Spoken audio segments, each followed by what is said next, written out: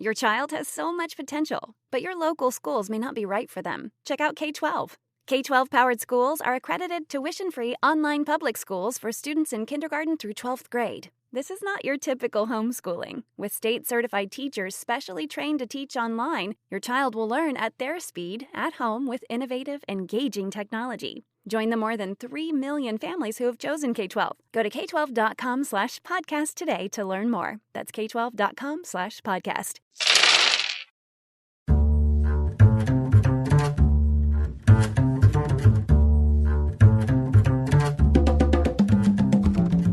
Welcome to Critical Hit, a Major Spoilers podcast. Thank you so much for downloading and checking us out this week. Oh, we've got something fun. And what do I mean by fun? How about 5 people who have never played a game and a tabletop simulator that doesn't want to work with the game? And let's do last-minute changes all at the last minute for everybody. Does that sound like fun? I think it will be. Let's find out what's going on. Oh, also as a special bonus treat, in addition to playing a game that none of us have ever played before, we've got a guest GM this week. It's Dr. Bradley Will. Hello, Brad. Hi. Wow. Are you excited? Now, this is a game. Today we are playing Dusk City Outlaws. Yes. And this is a game, for those of you who've been following Major Spoilers for a long time, Brad and I did, I think, an unboxing video of Dusk City Outlaws on our YouTube channel, Major Spoilers Videos, like 20 years ago, it feels like. Seems like this game's been out for a while, but you've been really jonesing to run this game. Yeah. Yes, I was. Well, I was for many years, and then I set it aside and kind of gave up. And then then I called you at the last minute and said, "Brad, can you run a game?" And you were like, "Yeah, let's run this." And I was like, "Okay." I have the perfect. So what is Dusk City Outlaws about? So Dusk City Outlaws, the easy one is this is Leverage meets Lords of Waterdeep. So it's in an urban area. If you know the Waterdeep city for Dungeons and Dragons, it's very much like that, with lots of underground factions and cartels that basically run the city. And then it also has the heist mechanism that's the key story here. So every story is the players are trying to pull off some kind of specific heist. Okay. Like the show Leverage, or maybe Firefly, which I still haven't watched, Rodrigo, so please don't get angry. Wow. I mean, now seriously, and I asked this, but I never really got an answer before, but of you guys playing, who knows Leverage as a TV series? I've watched like the first episode, or the season, and read the RPG book. Okay, well, you've got it then. All right. Yeah. Yeah. I preferred Burn Notice. Okay. All right. I'm familiar in the same way that I'm familiar with all of the USA originals. So, that's the thing. All right. I don't watch television, so. Yeah. He doesn't even own a TV. Wow. Oh, no, Yeah. I own plenty of TV, so. Conversely, I've watched the entirety of Leverage. But including some of the new stuff. I had to set it aside because I had to watch other stuff for other things. But yeah, I'm gonna finish that up at some point.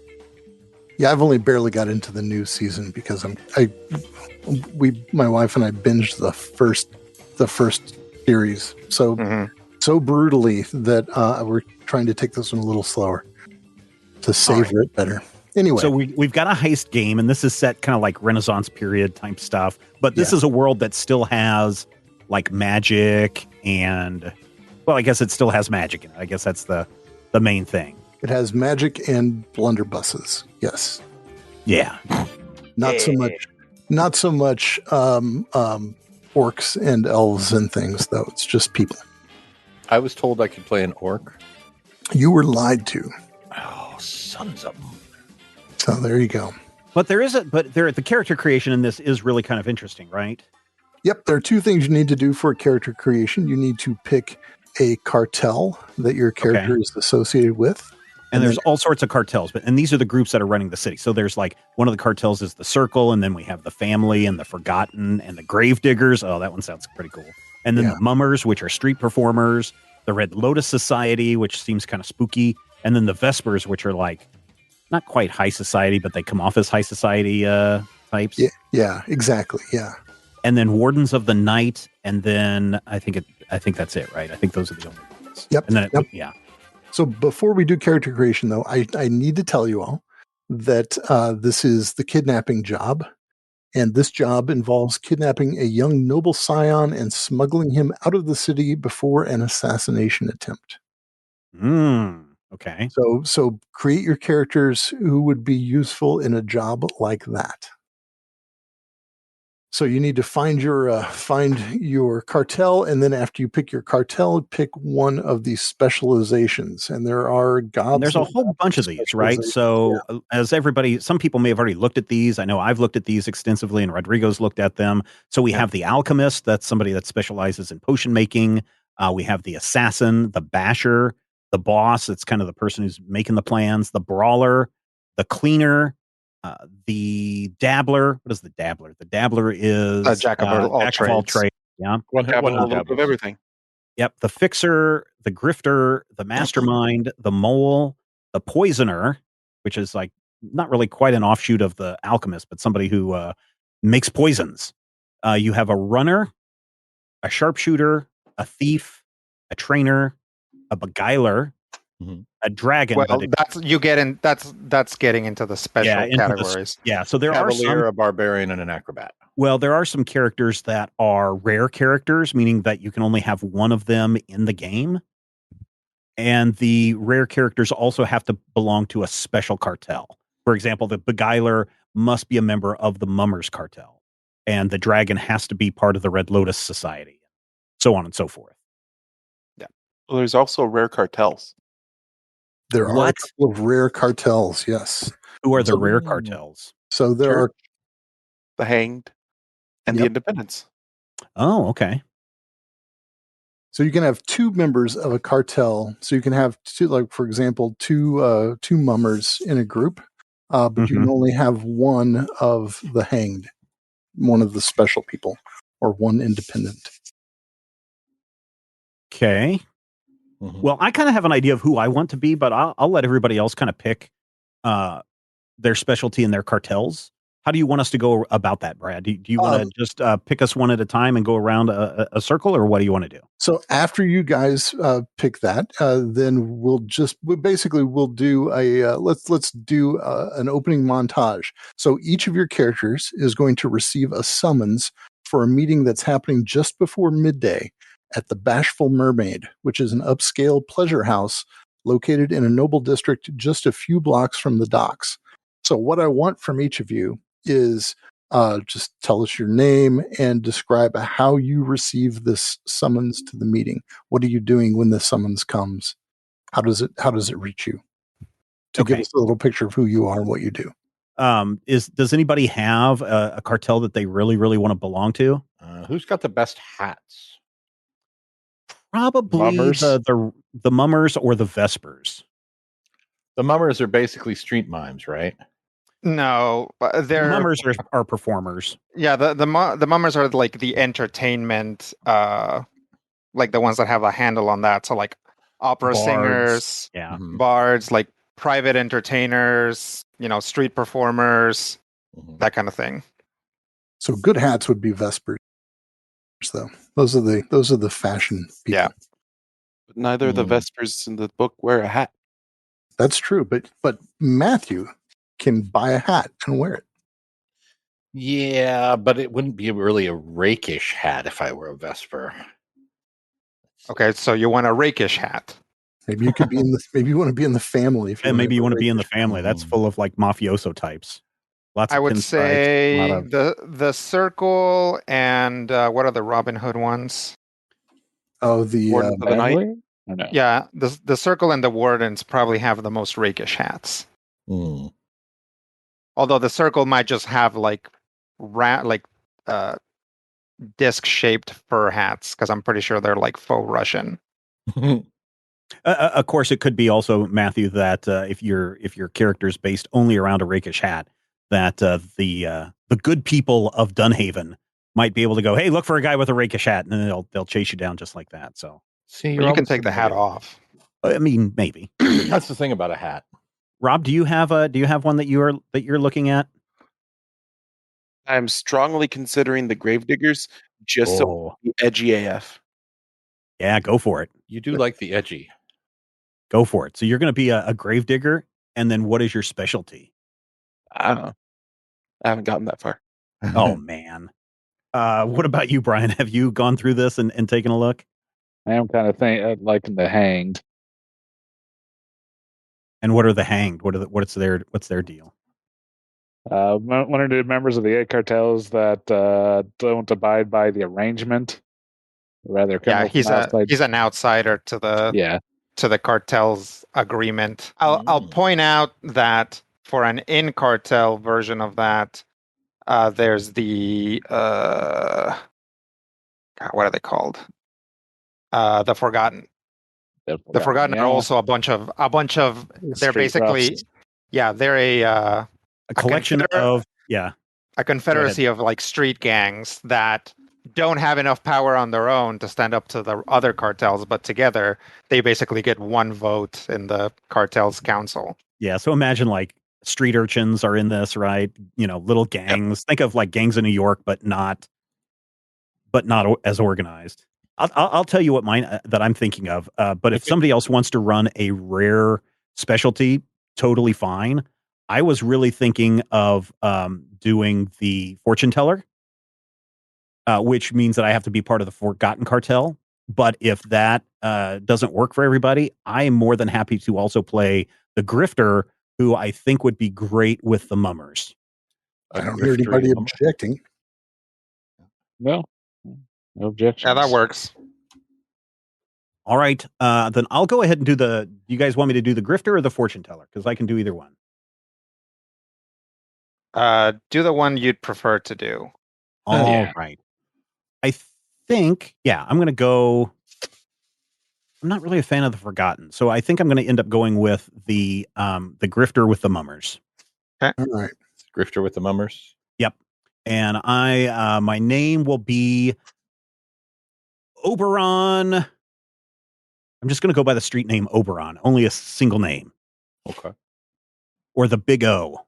You sure you want to use Big O? That's his code name is the Big O. How do you feel about tomatoes? Jinx. All right, so we've got a mummer grifter for Stephen. Gravedigger poisoner. Gravedigger poisoner. All right.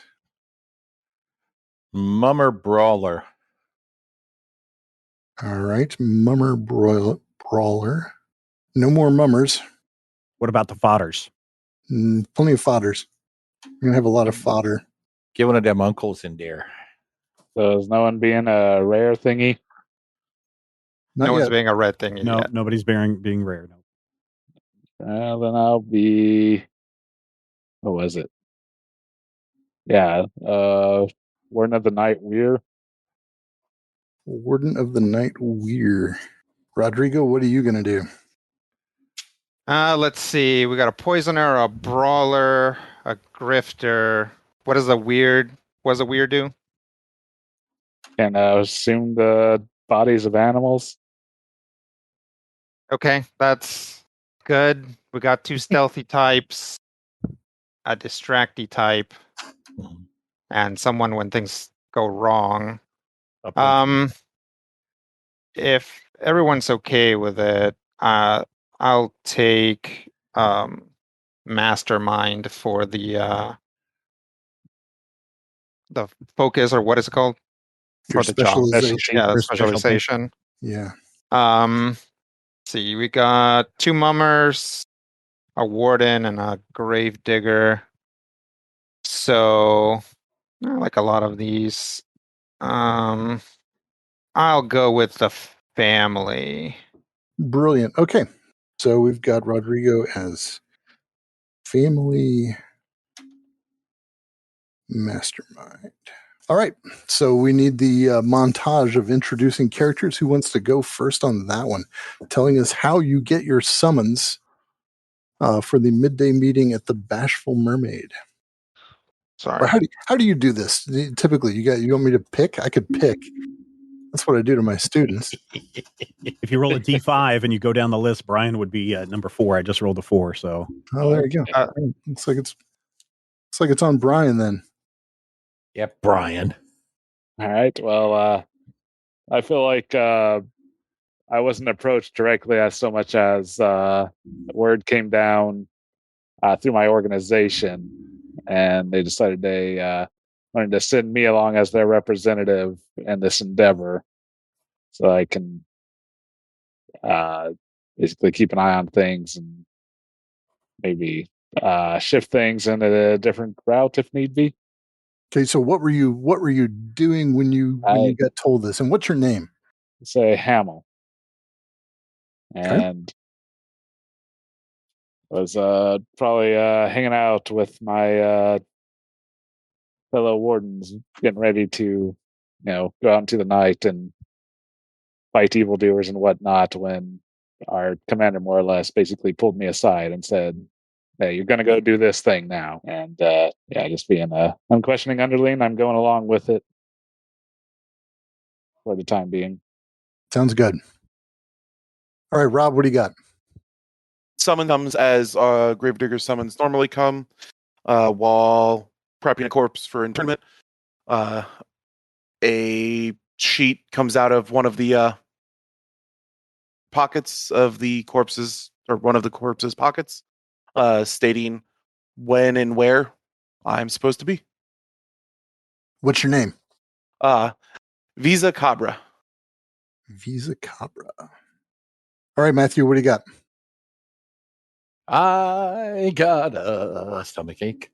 Okay, so as a mummer, my thing is faux combat, where we basically have little entertaining, not entirely real little combat matches that people can actually, bet on or throw money in a hat. I don't have a rakish hat, sadly, but we do have something that works appropriately. And so, after a particular show, I and whomever I'm working with immediately gather up and take off and see what we've got. And along with, some bits and bobs and maybe some money here and there, there's also a note very quickly scrawled off that says they need somebody large and strong. And I'm like, hey, that sounds exactly like me. They need somebody big and strong, of course, and that totally fits me. My name is Hieronymus Baudelaire, which is very French, But my street name is Bullrush. And so when they said, hey, they need somebody big and strong to do big and strong things, I'm like, this sounds absolutely capital. And so I'm going to go to the Weeping Mermaid. I'm sorry, what was it? That would be a shame, because the meeting is at the Bashful Mermaid. The Wistful Lemonade? Yes. I shall go to the Bashful Mermaid, the Merciful Mermaid. Yes, I'll go to the appropriate right place, as scrawled on a small piece of parchment paper, along with, whatever my takings were this afternoon. Very good. Stephen, tell us about Oberon. So you want a cinematic opening, do you? Yes. We start with the feet of a little street urchin running through a crowd and trying to push and shove his way through the crowd. A crowd has gathered around a man who's standing on what looks to be a small case, and his hands are raised up in the air, and he's like, "Ladies and gentlemen, I know many of you are feeling your age. You wake up in the morning and your joints are a little achy. Your back doesn't work as well as it should, and let's face it, men, maybe you're having some problems in the bedroom." And you hear all the ladies going, hee, hee, hee, hee. They're giggling and laughing. Have no fear. Professor Oberon's a magic elixir is going to set you right up. And here's the best thing. You think that it's going to just solve all those problems? It'll solve so many more. Heck, ladies, it will clean your dishes and it will polish your floors. The best part is it's only going to cost you $5 today. Who wants to buy one of Professor Oberon's magic elixirs? Just step right up, ladies and gentlemen, and he's handing out a few bottles and he's taking some money, and then all of a sudden you hear the tweet whistle of a police. He goes, "Oh, ladies and gentlemen, the sale has now ended. Thank you so much for your time. Please be on the lookout for another Professor Oberon sale." And as I'm closing up my step off my case, and as I'm closing it up, the little street urchins tugging on my jacket. "Excuse me, sir." And I'm like, "Sorry, kid. You'll have to come back another time. This stuff is definitely not for kids." "No, sir. I've got a message for you. You're supposed to come to the Bashful Mermaid." "Oh, and who's sending me? Who's sending me, Brad?" The Vespers. It's actually the Vespers. The Vespers have requested. "Oh, the Vespers, huh? Well, tell them that I will be there momentarily." And I slip around the corner and disappear into the shadows just as the police arrive, looking for the person who's selling Professor Oberon's magic elixir. Very nice. Rodrigo, what do you got? We find ourselves at a restaurant, not an extremely fancy restaurant, but a nice one, something that has been brought up from the ground up by, a mom and pop team.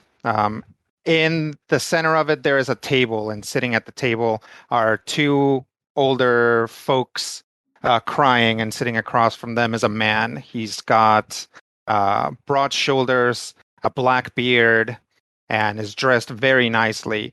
And these people cry, and he holds up a hand, and they stop. And he says, "Do not worry, the family is with you." And they say, "Oh, thank you, thank you." And they reach over and kiss his hand. "Mwah, mwah, mwah. Thank you, Don Panfilo, thank you." At which point a younger man comes over, whispers something in his ear, and he nods and motions him away. And he says, "Now, if you excuse me, I have another meeting to get to." And he stands up while they are ushered out, still crying. What is your name? My name is Don Panfilo Vega. Okay. Nice. Very good. Okay. So eventually it comes around to midday, and the Bashful Mermaid is a very very high end pleasure house.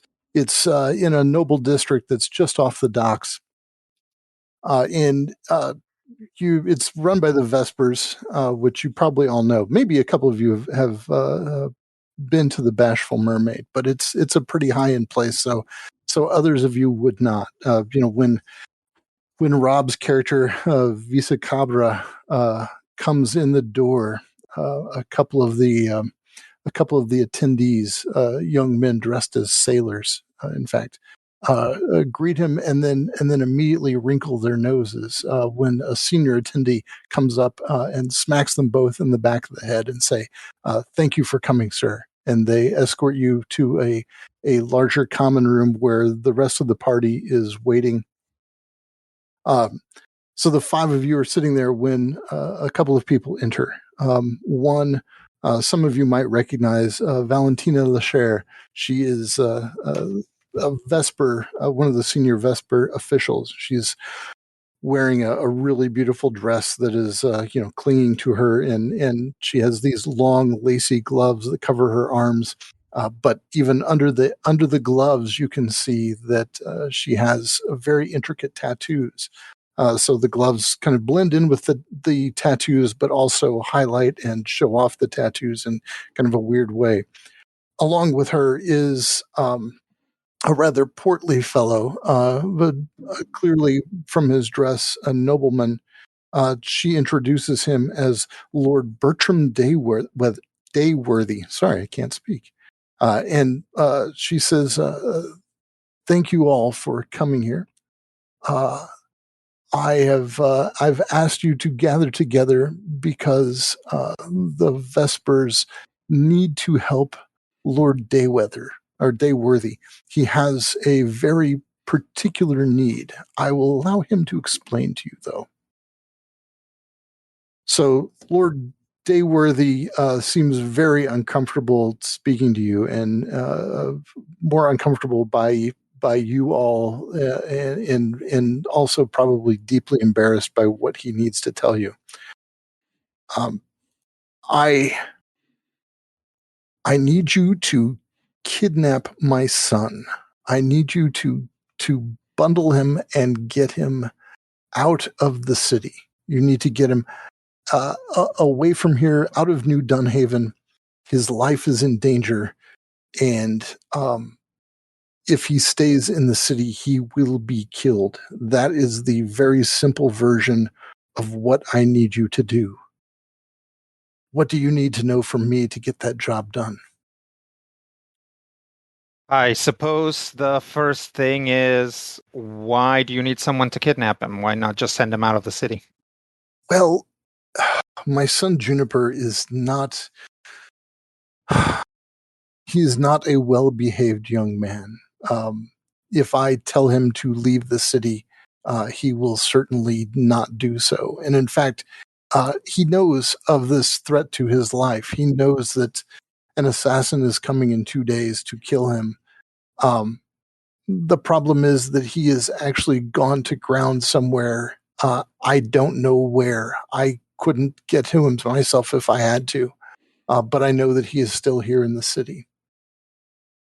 And Valentina interrupts and says, so the Vespers cartel needs to do this favor for Lord Dayworthy. Why can't I say Dayworthy? That's weird. That's not her saying that. That's just me. Yeah, I figured so. Yeah. So the problem is that in 2 days' time, the Serpent of Westport will be arriving here in New Dunhaven. And when she arrives, well, the Vespers cannot interfere with her business. We are obliged to let her conduct herself as she will. And what she will do is kill young Juniper. And we won't stop that. But if we can get Juniper out of the city, someplace safe from the Serpent of Westport, then this will be fine. So that's really the only thing you have to do. Just get him out of town before the Serpent of Westport arrives. Do you have a place that you want him delivered to? No, we want him out of town. For how long? For as long as it takes. So you will be paid off. You will get your reward if you just get him out of town in 2 days, before 2 days are up, basically. I see. Yep. And in fact, she goes on to tell you that she'll give you an extra reward if you manage to fake Juniper's death somehow, so that maybe the Serpent of Westport thinks her job is done and she doesn't need to do anything. If you can pull all this off without him actually being wounded, and there's a mechanical discussion of that, which we can talk about. If you can pull all this off without him being wounded, you'll get an even larger bonus. So we can't just knock him on the head, throw him over our shoulder, and walk away. Oh, you can totally do that. Yes. You just won't get the extra bonus. And how young is young Juniper? My son is 19 years old, so he is no longer a minor, but not yet sensible, let's say. I tip back my straw hat and I kind of pull on my bracer or my suspenders, and I'm just like, I'm not from around here, but maybe you can tell me, does Juniper well known? Do people really know what Juniper looks like if he were to appear on the street or appear at a magical ball? Okay, well, at that point, Lord Dayworthy, gee whiz, I think we're just going to call him Dayweather. I think that's Dayweather. Dayweather it is. Yes. I'm amending my notes. He turns to Valentina Lacher and says, you promised me that you would hire men who are local and familiar with the city. And Valentina then turns to Oberon and says, please, let's be at least a little honest here, shall we, sir? Fair enough. I say, raising my hands. I just want to make sure that if we were to escort him through the streets, that people aren't going to point and stare and cause a lot of undue attention upon us. Oh, if you escort my son through the streets, certainly on the right streets, people will point and stare. They will totally recognize him. Yes. I mean, you recognized me, didn't you? Of course, of course, Lord Dayweather. No one can mistake a fine, handsome fellow like yourself. And I go over and I shake his hand. We are very pleased to be able to take this job for you and see it to completion. Oh, thank you. Thank you. Lord Dayweather then checks his rings and counts them to make sure that they are still all in place. He's missing one. He is missing one. He gives you an eye and says, sir, and then turns to Valentina. Ma'am, please. And so then she just points a finger at you. Very well, very well. And I reach behind Lord Dayweather's ear and I pull out and produce his ring. Fine specimen. I look at it. You ever in the market to sell this fine beauty, or you need money at a discount? Please come and see me. Well, I will not be needing money, sir, but I will say I am probably in need of a man of your skills. So, okay. In fact, keep the ring. Why, thank you, sir. And I tip my hat and I sit back down next to Don Vega, and on the left side of me is Hieronymus. Okay. So, what else? What else could I tell you about? Places that he frequents, known associates. He imbibes. Well, okay. So the thing he does, I mean, his hobby of choice, he participates in carriage races. Are you familiar with this foolishness? These young folks gather together on a deserted city street in the wee hours of the morning, and they race their carriages through the city streets and wager on who would be the winner of the race. I knew that name from somewhere. So you are familiar with this? Intimately familiar, yeah. Excellent. So I know that my son is very well known in those circles, and he rarely would pass up an opportunity to participate in a race. Valentina says, I can give you a little piece of information. We actually do know, in fact, that Juniper has been he's been associating with the Blooded Gang lately, and we also have word that he is taken up in a blooded safe house in the Greaselight district. Although we don't know the specific location of the safe house or any of the details about it, just that it is somewhere in Greaselight. And the Blooded is a gang, or yeah, it's a street gang, like a gang of street toughs. Yeah, so not like not one of the cartels. They're not not a cartel that you've got to. Because I'm like, I didn't see that one. That's a cool name. I want to join that group. No, the Blooded are just kind of just one of the local street gangs. Okay. So it is very imperative that you take care of this in 2 days exactly. Now, I'm going to interrupt here with a little bit of mechanics. So one of the things that this game does keep track of is time, and so given 2 days means you have 2 day segments and 2 night segments, and we'll count this day, though it is earlier than midday. So we'll count this. You'll get a day segment, then a night segment, then a day segment, then a night segment, and then the Serpent of Westport will arrive. And if you have not managed to smuggle the young man out of the city, the Vespers will call you off the contract, and you will have failed to do the deed. So we basically, at the latest, we get one segment to do legwork, 2 segments, 3 segments, and it's got to be pulled off by the 4th. Yeah. So yeah, in fact, okay. So let's talk about. So there are various ways to handle time. Legwork being kind of the primary one, right? Where legwork is where you go around and you do, where you gather information, or maybe you gather supplies. You figure out the lay of the land. So you go around and you basically have a legwork day where each of the five of you gets to say, this is the thing that I want to do. I want to find out this piece of information, or I want to gather this item. Here's where I want to get it from. Here's who I want to talk to, and here's how I want this to turn out. Maybe it happens that way. Maybe it doesn't.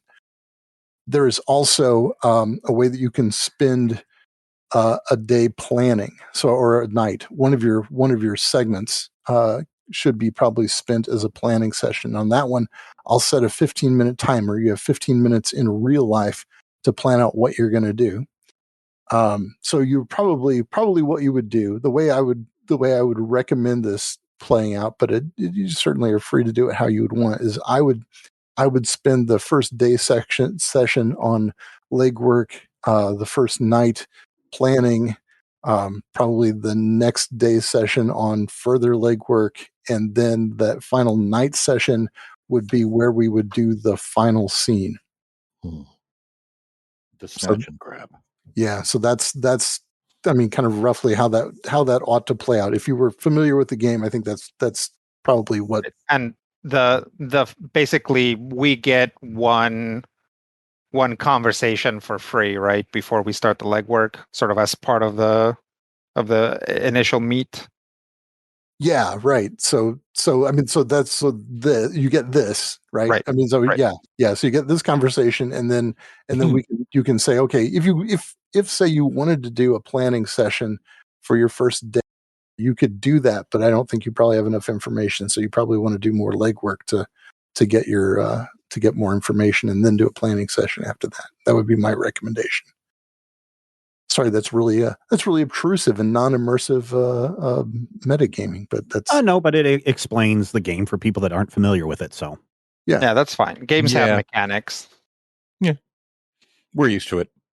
So Valentina says, if you have any further questions, we would be happy to answer them to the best we can. But mostly, she seems to be kind of rounding you up and trying to get you out, especially the gravedigger, who you probably each have noticed has kind of a weird toxic smell, and then kind of this kind of moldy smell that's emanating from him. But do you have any last questions for us? I'm sure we do, but I can't think of anything. I do have one little question, maybe a little request. You will be paying us afterwards, of course, and we'll be dividing that 5 ways. But we may have to spend a few bucks in order to get some of our plans in order. Is there any kind of an advance on it on this job? She rolls her eyes a bit and says, "Sure, we'll make sure you have some access, but you're all members of cartels, so you also have your own bankrolls to lean on. That's typically how this is done, right? We all help each other out." That is true, but we do have many cartels represented here. Welcome. And I do know that as we go up the ladder, everybody wants to take a little peck, a little sip of what we've got coming our way. And so if I go all the way up to the top and ask for money, it's by the time it drifts down to us, it's just crumbs. Yes. So let's consider this your little peck. And so she gives you a sweet, gentle kiss on the cheek and slips into your hand a purse of coins, a small purse of coins. I toss it up in the air and I give a wink to Hieronymus. Hey. Thank you. Don't forget the ring he already gave you. Oh, you are a smart one, aren't you, Visa? All right, gentlemen, I will bid you adieu. Thank you for coming, and thank you in advance for your expertise and help. So the 5 of you can adjourn to some place of your choosing. Actually, and I mean, you decide if you want to do legwork or planning session first. If you want to do a legwork, then if you want to spend the day doing legwork, then we can kind of run down. Everybody gets a legwork scene, each of the 5 of you. Although someone like you can join up together, and we can, if it makes sense, we can say, okay, these are 2 legwork scenes, or if just somebody says, I'm going to go along for the fun of it. And typically the legwork scene can be a narrative, but if we needed to drop into a dramatic scene for some reason, then we can do that and do NPCs and such. And we'll figure that out. But for what I will need from each of you for your legwork scene, I'll need you to specify the thing you want to get from the scene, which can be information or a physical item or whatever. I want you to specify where you want to get it from, and imagine a good sort of rule of thumb here is imagine you're in Manhattan. If you can get it there or go to it there, that sort of place will be there, right? This is a massive city. So you say it exists, and it probably does, in fact, exist somewhere in New Dunhaven. The third thing I'm going to need from you is an explanation about how you expect to go about getting the thing you want to get. And I also want you to identify who it is you want to interact with. Now, there are also, and we can handle this kind of easily. There are some things that generally you all, because of your backgrounds, especially it's sometimes on your specialization, but on your card for your cartel, there's a little thing that says things you know about, right? So if one of you, for example, knows one of the things you know about is nobles, then I can give you probably some more information just for free that you just happen to know off the top of your head regarding Juniper Dayworthy. If somebody knows something about outside the city, for example, yep, there's one. Brian, as somebody who knows a lot about things outside the city, you know that the Serpent of Westport is an assassin who is very well known, although not much is known about her. So people know of her, but they don't know the details about her. She is not an assassin who acts directly with knives or crossbow bolts, but instead arranges for accidents to befall her victims while she is well away from danger. So that is the thing that you know about her. If one of you knows, well, go ahead. Is the serpent a member of the Crown? She is not. So she's an independent functionary. Okay, making sure. I also know about the Crown. Yeah. If somebody knows about the slums, you would probably know something about the Greaselight district, and I could tell you about the Greaselight or the Safe House. You could probably make some. You might know more about the Safe House than, say, Valentina would, right? I know several of you know stuff about, I think, the right kind of people. The right kind of people is, of course, exactly the wrong kind of people. But for you guys, they're the right kind of people, right? So people who are into the right kind of people, I can tell you something about the carriage races. Who has knowledge about the right kind of people? I do. Okay, so you know that, yeah, the business, as you said, the business of these carriage races, it's gotten really more popular over the last year. They used to be just kind of weird impromptu races, but now it's turned into something of an organized league. So they have schedules and elaborate pre-planned race routes and a major robust gambling setup that's brought a significant amount of coin and prestige to the racers. And you do know Lord Juniper Dayworthy as one of these weather. Thank you. I actually said his name right that time. Oh my God. Yeah. Now that we changed it, you got it right. Wow. That's terrible. Wow. I actually said it right the first try, and I wasn't even meaning to. You also know that the next race is going to be in Southton County, which is a commoner's district. And and that race will be taking place in that final nighttime segment. So it's going to be tomorrow, very late at night. So it'll be the last nighttime segment of our little situation here. And that will be the segment where we have decided that we need to actually get things done. Yes. Okay. Or that's where the plan happens. Yeah. Actual horse-drawn carriages, or is it some? These are actual horse-drawn carriages. Okay, not some steampunk or fantasy cred. Okay, no, actual horses. Actual, swear to God, horses. Okay.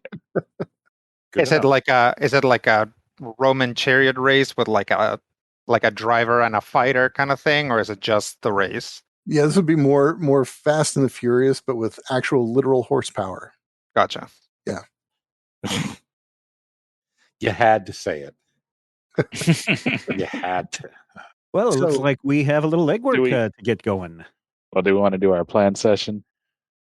Definitely don't do your plan session. No? Okay. No, you can do your plan session if you want, but it really So I hate to be that guy, but I know that I read somewhere that as part of getting the job, we get to like talk a little bit about what we want to do. Yeah, which is okay. Yes, which is not part of not the plan part of session. Yes. Yeah. Oh, okay.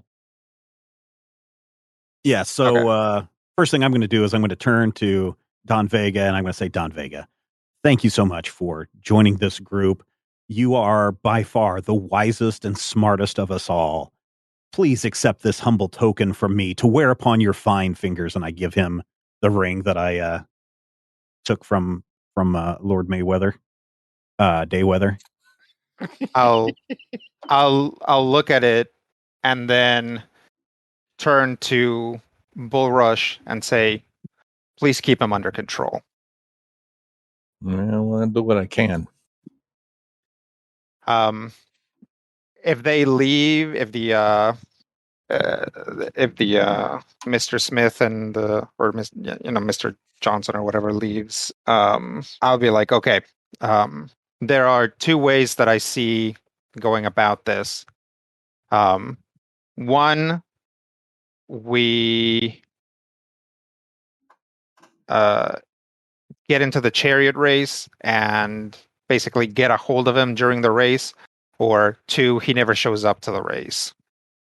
I mean, and Himmel speaks up. He's a youngish guy, almost a boy, wearing a cloak and has straight dark hair. He says, "Yeah, if the rest of you can find some way to ensure safety, I would probably find it pretty easy to cause some sort of calamity within the race." Okay, so seems like we've got a member of the Gravediggers here, and if we're supposed to produce a dead body that looks like Juniper, seems like someone might want to be thinking about that as well.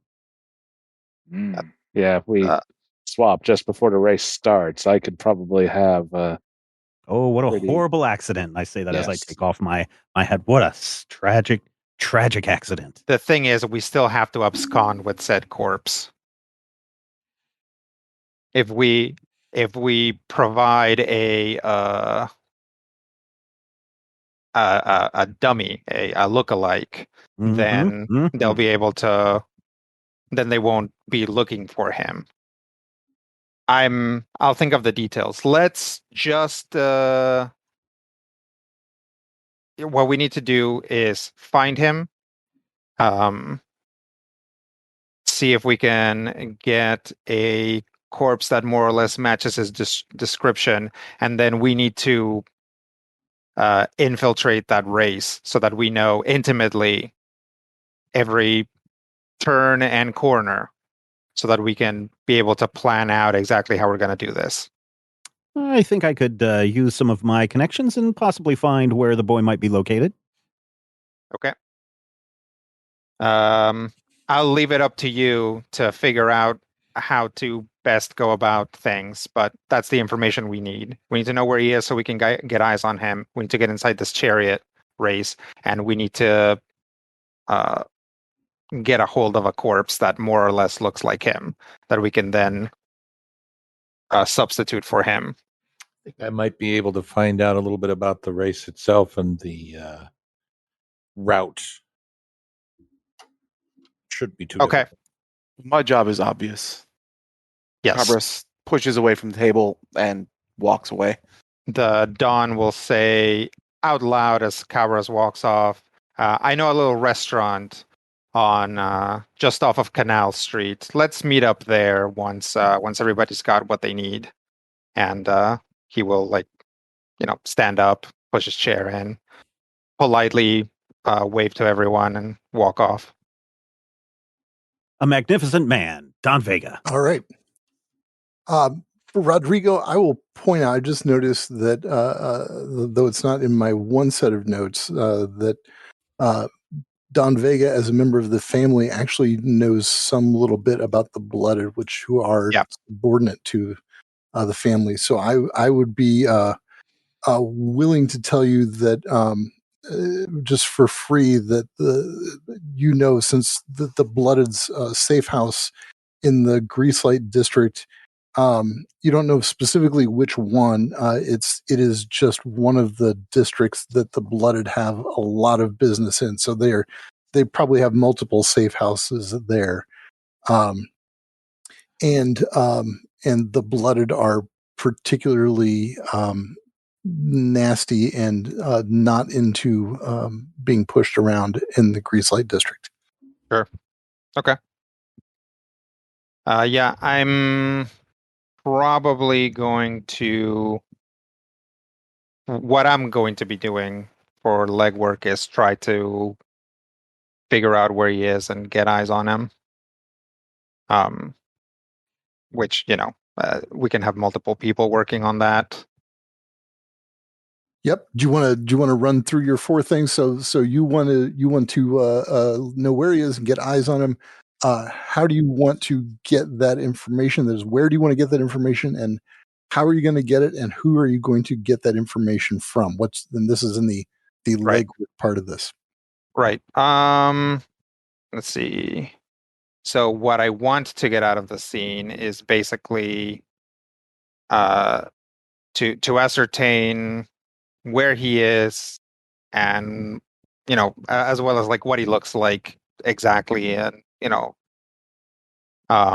and more or less to be able to keep track of him until the race.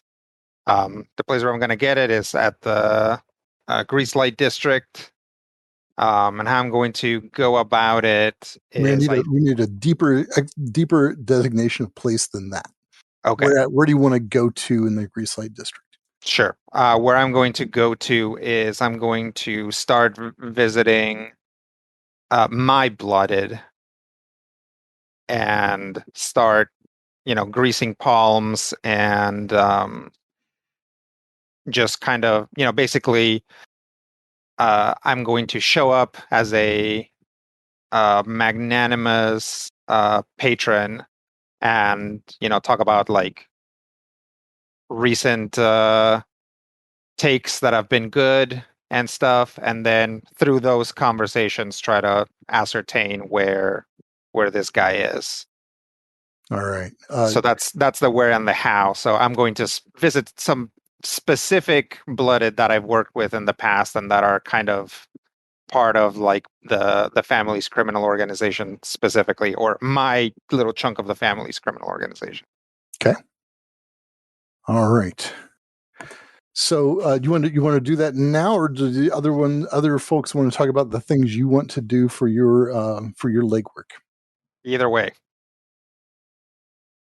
Yeah, I'm good either way. Anybody? I guess should we just? Let's just move on. Yeah, just do it. All right. Okay. One thing I want to check. I just want to. I want to make sure that we're doing this right. That I know if somebody wants to jump in on a scene, you can do that, and I think you spend a little bit of luck by doing that. But I cannot find that information right now. You each also have one influence point. Influence, yes. And there is also an additional crew influence point that any of you can spend. So you each have access to that one influence point also, and then you've got on your card specific things you can do to spend influence as you wish. On our on your cartel card. So the influence is specifically with your cartel. Okay. All right. So Rodrigo, tell us about the place you want to start and who you want to start talking to. Let's see. I'm gonna go to the Grease Light District to a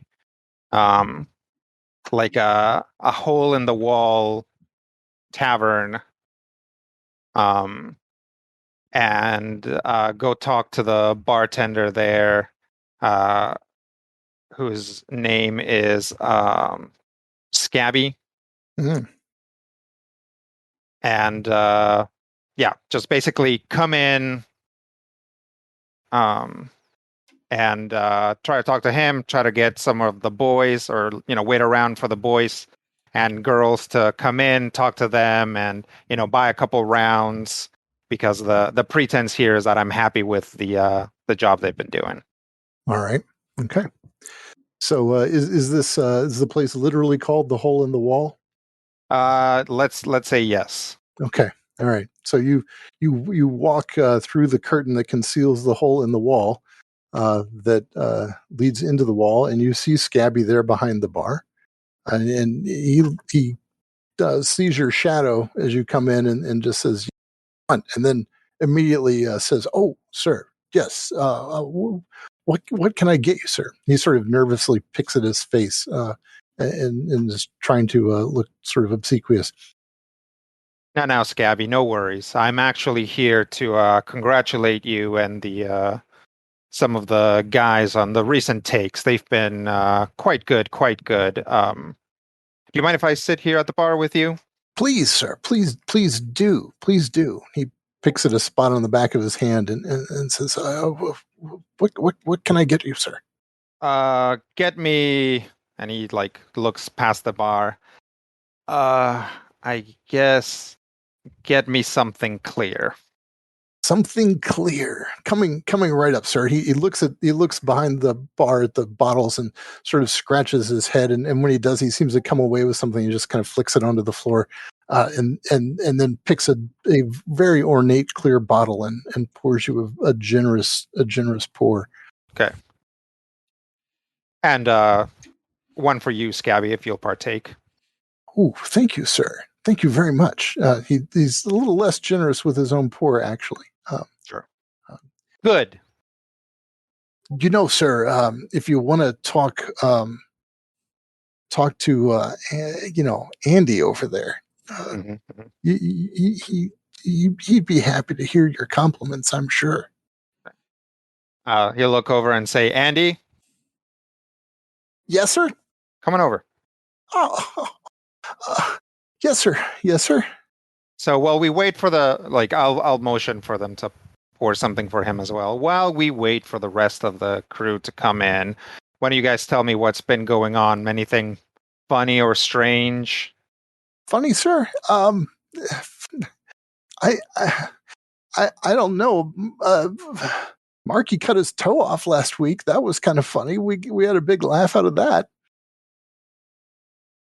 Yes, that I'm sure that was quite amusing. And basically, I'll just take their stories and try to sift if there's anything useful. Basically, gently guide the conversation towards unusual folks who might, have come into the district wearing a cape, or that might actually own a decent sword or something like that.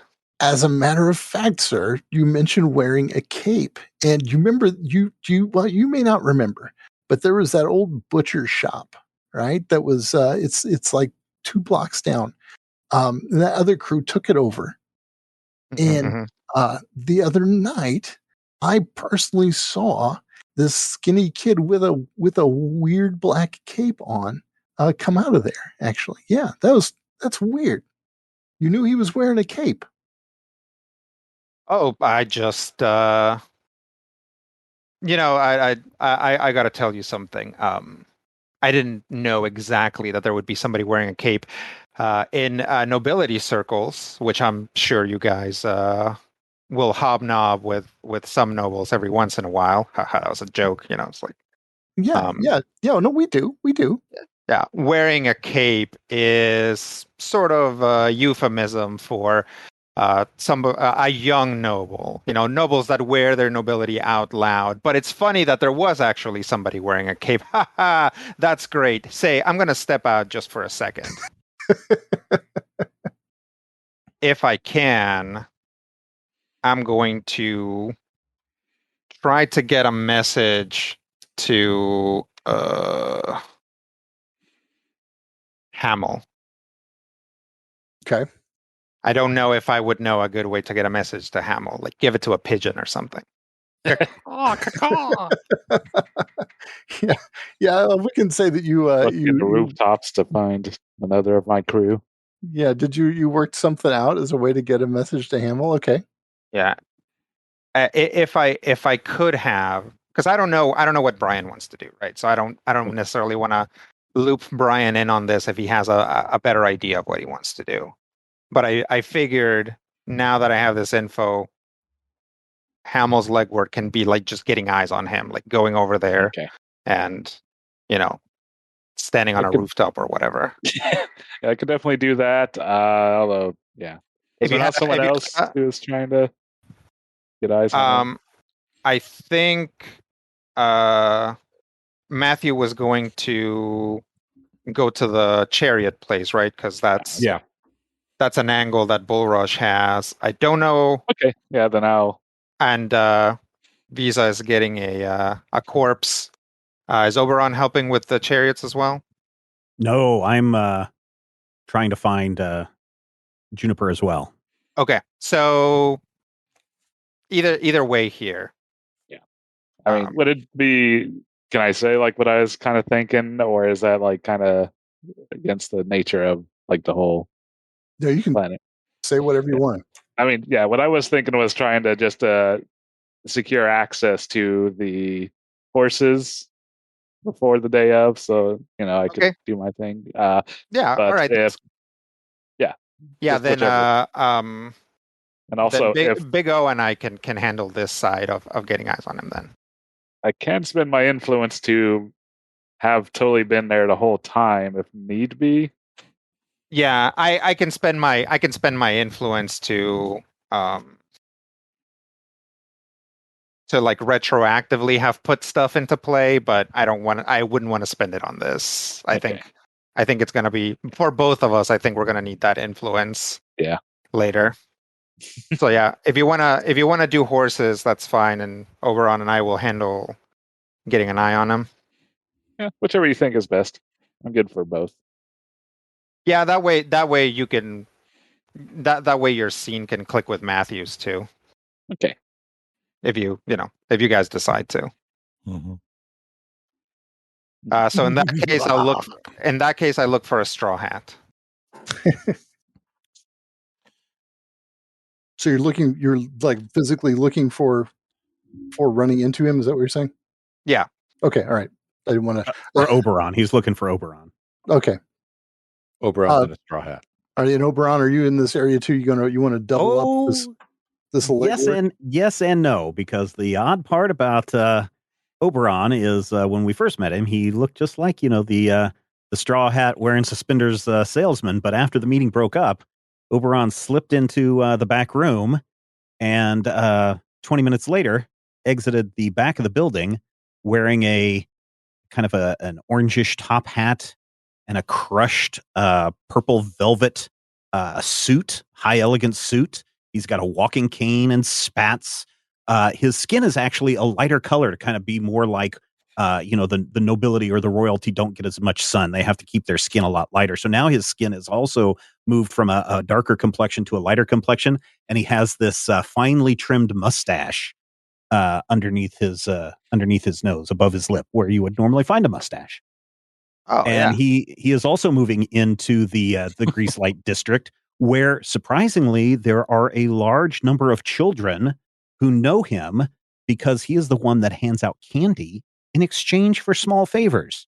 Small favors like trying to find a man with a cape. Ah.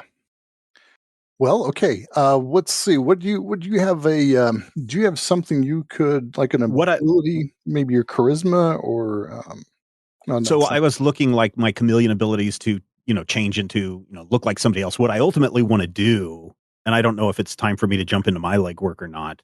If Rodrigo's is done, we can double this up. I wouldn't call Rodrigo's necessarily done at this point. We can just ultimately, I want to try to gain the confidence of Juniper as maybe not as high royalty as him, but as someone of means and wealth that can, that's maybe looking for a little action in this part of town. And I've heard of these carriage races, and perhaps since we are of the same group, that perhaps we can be friends for the next couple of days for this big race. So I'm trying to ingratiate myself and become a pal of his. Okay. So, be close. Could I, since I've already ascertained the location, could I just run into him? Yeah, we'll just say the two of you meet up there. Okay, so despite his disguise, you recognize him and he recognizes you. Yeah. I'll say, good Sarah. Here for perhaps a little tour of the slums. Yes, I come down here every once in a while to share with the children little treats to keep their lives a little bit more entertaining. Well, if you're looking for a treat perhaps for yourself or your retinue, there is a fairly okay butcher shop just down the way. A butcher shop, you say? Some say other nobles have been seen there as well, so it comes somewhat. Yeah, it comes somewhat recommended. Good day, Sarah. Thank you. And I tip my hat and I proceed to walk down towards the butcher shop. Okay. So yeah, you see, it's not a butcher shop anymore, but it is easy to see. There's a wooden pig that's just kind of laying on the sidewalk. Used to be hanging from a little sign by a chain, but now it's just kind of laying there, and you can see butcher is written on the glass, but the B seems to be gone. Yes. I'll open the door and walk in. What do you want? Says a really, really weirdly kind of armored, sloppy, nasty looking guy, and it's cheap armor. It's just some leather, but he's ready for a fight. Oh, hello, my good sir. How are you today? I heard that there might be some others here that I might get to know. I'm fairly new to this region, and I was looking for some action. And I kind of give him a little wink. All right, why don't you use one of your skills here? Lie to someone, or convince someone. I think you're probably more like trying to convince him of something specific. Convincing of something. Okay, yeah. So what do you want to convince him of? I want to convince him that I'm kind of a legit, maybe noble that might also be interested in meeting with other nobles who might be in the area. And I might have to reach into this coin purse that was given to me earlier and grease the man's palm. Okay. Since this guy has actually made the recent acquaintance of a noble, and since you greased his palm a bit, I'm going to give you 2 advantage dice to roll with your D100 there. Okay. So advantage dice. That's the D8. The D8. Yep. So you want to roll 2 of those. So there's that. All right. You succeeded. All right. And then roll 2 D8 greater than 5. And I get 1 success out of that. All right. So you get an advantage. What would you like your advantage to be? What would you get a boon from this? What would you like your boon to be? I think I would like for this man to be very interested in introducing me to Juniper. Actually, I'll do you one better. I'll give you a better boon. Okay. Juniper is literally nearby and is extraordinarily bored and could actually hear your conversation. So the door to what was the freezer of the butcher shop swings open, and you see this young teenager's face pop out, and he says, "Hello." Hello, good sir. And I take my hat down and I bow down low. Allow me to introduce myself. My name is Oberon. I'm from the far north, and I've traveled down here because I've heard of some fantastic chariot races, and being a man of leisure and fun and sometimes a little bit of money on the side, I knew I had to come down here and see these races for myself. You enjoy chariot races? I do indeed, sir. The way that those horses run so fast down that quarter mile is just amazing. Especially, I like the chariots that are painted with the fire along the side, and they're very highly polished. I also like the ones that put the light in the wheels that make it glow as they're racing by. So exciting! So exciting! You just told a string of bald-faced lies, so I'm going to make you roll a lie skill check. Okay. And yeah, there you go. So in this game, for those people who don't know it, we have these skills that we have to roll percentage dice on. And so, for example, lie to someone, the skill is a 90%. So I have to roll below a 90% to get a success on lying to someone. Yep. And so I rolled a 37%. So you have successfully lied to him. He thinks you are, in fact, an aficionado of the great sport. Yes. Do you have a favorite racer? I don't, but I have heard of a very large, burly man that races. I don't know if you've heard of him. I don't know of a burly racer. Okay, the other one that I've heard about, and I'm very fascinated to see how his skills are. Do you know of someone who might be racing under the name of Juniper? Juniper? Sir, I am Juniper. Oh my goodness, I say, grasping my hands to my chest. I am in the presence of one of the greatest racers in the land. And I shake his hand. Oh, this is such a good fortunate day. A good fortunate day, sir. Might I buy you a drink? And he looks at the blooded guy that you were talking to. Obviously, we don't have to drink here. If this is not a place that you would like to, and I kind of lean into him. If there's a place that's better, I would be totally fine with going there. No. To the contrary, I think I ought to drink here. I have I'm sorry. I don't have anything really to share with you, but if I could just spend some time with you, I know I may sound like one of your fawning, adoring fans, and I kind of am, but I would love to hear of your experiences with the races. Oh, I would be happy to share those with you. I don't think I should. I don't think I should leave here, though. That is fine. And I turned to the person. I said, "Good sir, is there a table in which private area that the two of us might be able to sit and have our conversations?" He gestures at a barrel that you noticed also in the corner that has a kind of some basically a couple of planks that have been nailed together and they lay on the top of the barrel. Well then, that will do nicely. Yes. Yes, this is kind of a shithole. I mean, like really, nasty place. Yeah. So this has the the business of being a butcher shop that it no longer is any sort of shop at all, right? It's just these just people an utcher shop, if you will. Yes, just an utcher shop. Yes. So yeah, it's pretty rough. All right, so you want to tell Juniper about how awesome he is. Yep. We can probably save everybody that pack of lies. I mean, the goal is for me to be his friend. Okay, and I think you have successfully bought his confidence or gained his confidence. You didn't buy anything from him. Nope.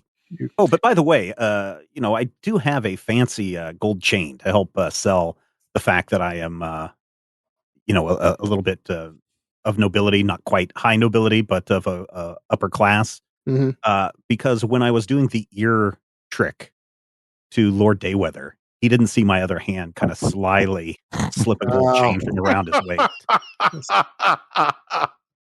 In that case, the chain catches Juniper's eye, and he says, "Oh, that chain! You know, my father has a chain that he wears that is identical to that one. As a matter of fact, very interesting. So let me tell you though, sir, and I had to learn this lesson the hard way.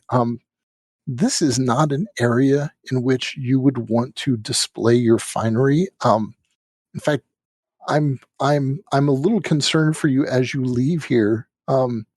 You ought to be careful. Well, and I take the chain off and I put it into a little ball and I put it into his hand and I say, Juniper, you know this area very well, and I feel like in our conversations that I trust you so much. Would you please hold on to this chain for me? I would be happy to, sir. I have a safe area here where I can keep this for you. Indeed. Yes. Oh, really? Is Yes. there a room available that I might also be able to stay here? No, the quarters are rather cramped. We're a bit tight in there. I will tell you that. So, That is too bad. I wonder if there's a place maybe perhaps you and I could go together and and lodge. as much as I would like to, sir, I will not. No, no, sir. Thank you. I am fine here and prefer to remain here. Thank you. Oh, do you go out at all? And he leans in close to you. Yes, but don't tell the fellows here. They don't realize. But yes, I do the races. Of course, I haven't. Right, of course. I've not given up the races. Yes. Well, I mean, by all means, I want to see you race. That's the whole point of me being here. But just being in your presence and over this last period of time of us, sitting here and talking, I just feel like I want to spend even more time with you and be with you to learn of your mastery of the carriage races. Well, tomorrow night, not tonight, tomorrow night, Okay. there is a race in Southern County. Do you know where that is? You know that district. I believe I do. If not, I'm sure I can find directions from one of the locals. Yeah, it's kind of in the south part of town. Yes. Yes. And if you come look me up there, you know my carriage, of course. Yes. But refresh my memory. I've only heard stories, and as you know, as tales move from the center of this great city north, lose a little bit in the translation. Well, I'm still driving. You know the black carriage I've always driven. Now I do have a new purple underlighting. So that's so you wouldn't have recognized that. You would have been put off by that, not knowing that was me. But so yes, I have a new purple underlighting on my carriage. I've always just been very curious. What kind of horsepower do you have with this carriage? Kind of horsepower? Yes. Yeah, I have the power of 2 horses, sir. I know. What breed? What type? They're horse. I don't know, sir. I just race them. I don't know what type of horse. They are. I don't know.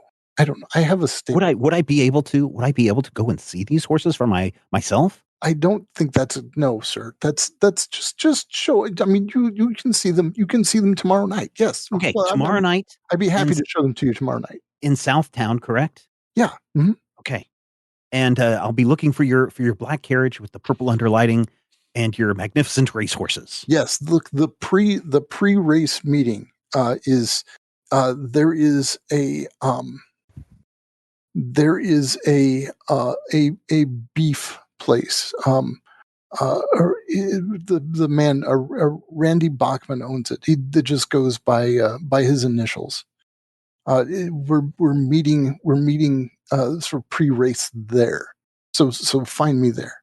Okay, I will definitely do that. At Randy Bachman's. You know I will do that. Randy Bachman's. I will most certainly find that before 2 nights hence. All right. Sir, it has been a magnificent pleasure. I do not want to take any more of your time. It's clear that you are trying to get into that. What is it? The racer's mentality. You're focusing. I can tell you're focusing all of your skills and energies onto that race. So please, sir, thank you so much for your time. Thank you once again for spending just this brief amount of time to talk with and I again put my hand over my chest, a truly, truly adoring fan. Oh, my pleasure, sir. Indeed, my pleasure. Thank you. Yes, you've brightened an intolerably dull day for me, sir. Well, no, you have done the same for me, and all I can say and all I can do is wish you the greatest of luck tomorrow night. 2 days from now. Not tomorrow night, but the night 2 days from now. Oh, all right. Thank you. Good day, sir. And I bow my hat and I tip my hat to the man behind the bar. Thank you very much, sir. You have certainly made my day. May the gods of wealth bring down prosperity onto this fine establishment. Good day, sir. Good day. Yeah. Whatever. I spend an influence to introduce a shepherd's crook.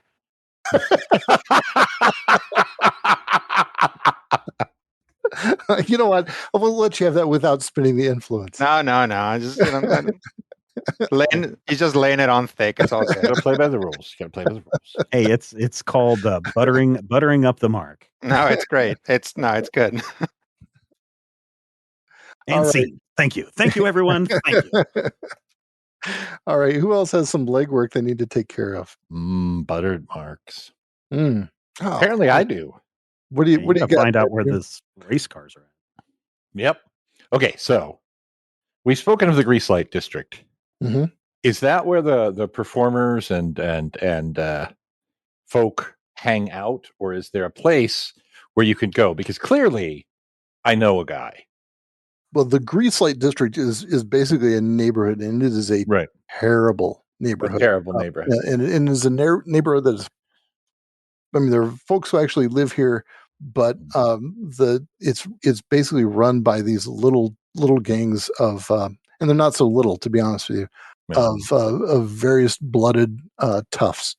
And so, imagine kind of that very early from Godfather 2, the kind of prequel portions of Godfather 2, right? That kind of a neighborhood where every street corner has its own little group who are taking care of things.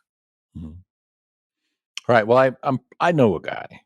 He's got kind of a finger in everything. He's a little bit of Don King, maybe just a little bit of Fagin from the Dickensian stories. He's a guy. He knows about everything, and even if he's not involved, I know that I can go, because when he used to work with me, he used to call himself Brass Knuckle, but these days he's gone legit. He calls himself Lancelot Tempest. And I know that if I can go to where you'll find all of these the show people, where they might hang out or do things, or where they can maybe not be showing all the time. You don't have to be on.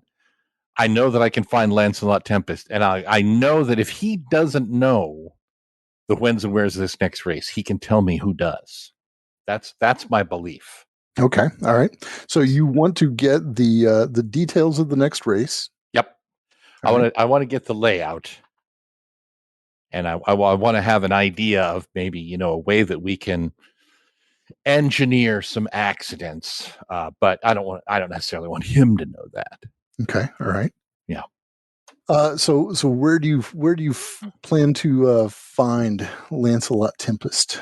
Well, I know that he has sort of a repertory company / chop shop / training facility, whatever you want to call it, colloquially known as the dungeon. So I'm going to go there. Okay. Because I know where that is. All right. It's clearly in it.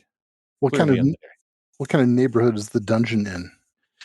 You know how when you're not in a bad neighborhood, but you're in the neighborhood where you need to roll up your windows because there are bad neighborhoods around, and those people come to your neighborhood to steal? Oh, yeah. Yep.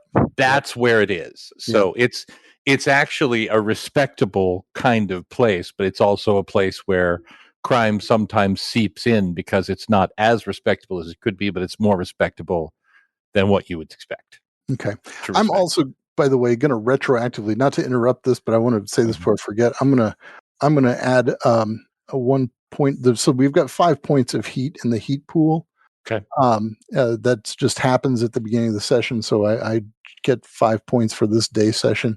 I'm going to add another after the scene point of heat in the heat pool because of Oberon's wandering around in that neighborhood in that getup, which he deliberately was attracting attention to himself. So we're gonna. Oh yeah, that's why the little children know who I am, because they get candy from me. Exactly, yeah, and the City Watch knows exactly who you are in that getup. Also, that is.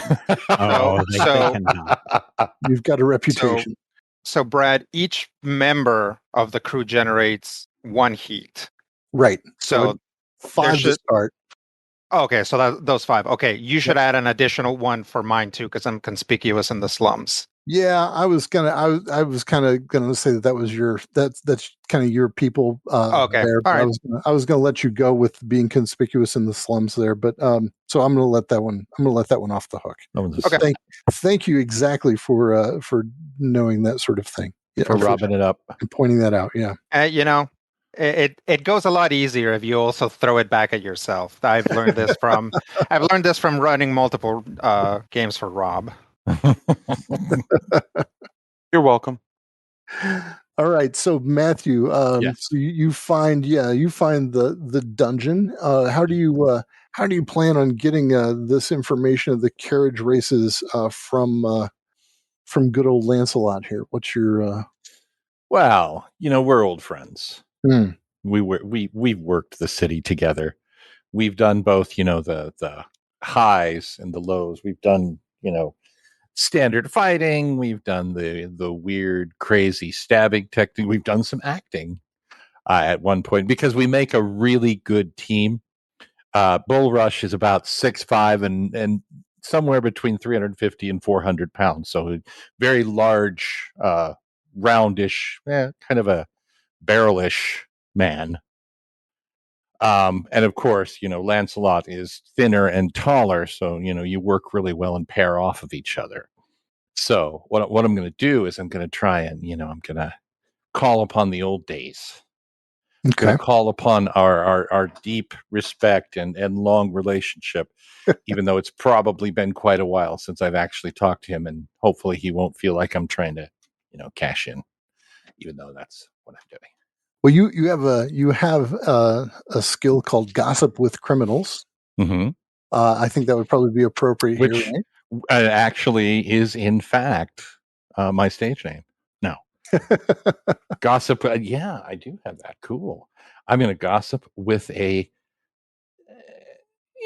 criminal. Yeah, he's criminal. Yeah, he's a criminal. You said he runs a chop shop. So I'm just saying, criminal. There's many subtle shades of criminal. So yes. All right, I'm gonna let you roll this straight. I'm not going to give you any advantage or disadvantage. Okay. All right. What am I going to roll? You're rolling a D100, and you're trying to shoot for below 65%, which is your skill level. So is that right? You don't have to do them. Yeah. You don't need to do the extra math, but yes, I don't know. You rolled a percentage and you scored a 14, which is excellent. So very good. All right. So you had said that one of the things you particularly wanted to know about was where to cause an accident and what the right. What the general layout would be, what the easiest place, and I'm going to make sure that since we're speaking in code, I'm not going to come out and say we want to engineer an accident. So I tell him that I've got a Zabata, and what do I need to do is I really need to hotshot a pull apart schmoz. Yeah.